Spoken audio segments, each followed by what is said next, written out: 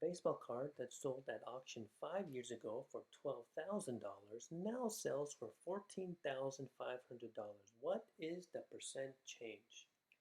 Okay, so as a percent change, we need to remember this formula, right? The percent change is going to equal the new amount, okay, the new quantity, the new price, the new amount, right? Minus the original, the old, or the previous amount.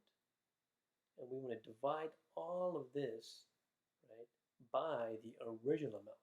Okay, very important. It's always divided by the original amount. Okay, now this is just a fraction, right? This gives us the decimal answer.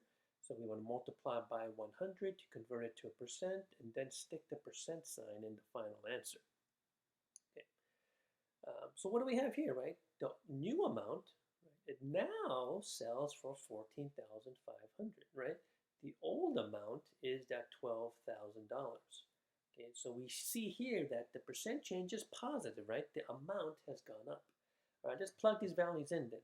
We have the 14,500 minus the 12,000, and all of this divided by the original amount, right, which is 12,000. Okay, make sure you write everything down so that you don't make an unnecessary mistake here. Okay, so what happens when we do the numerator?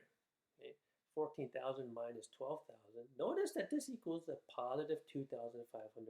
What does this represent? Right, this amount here actually represents the change, how much it has changed by. That's always the numerator.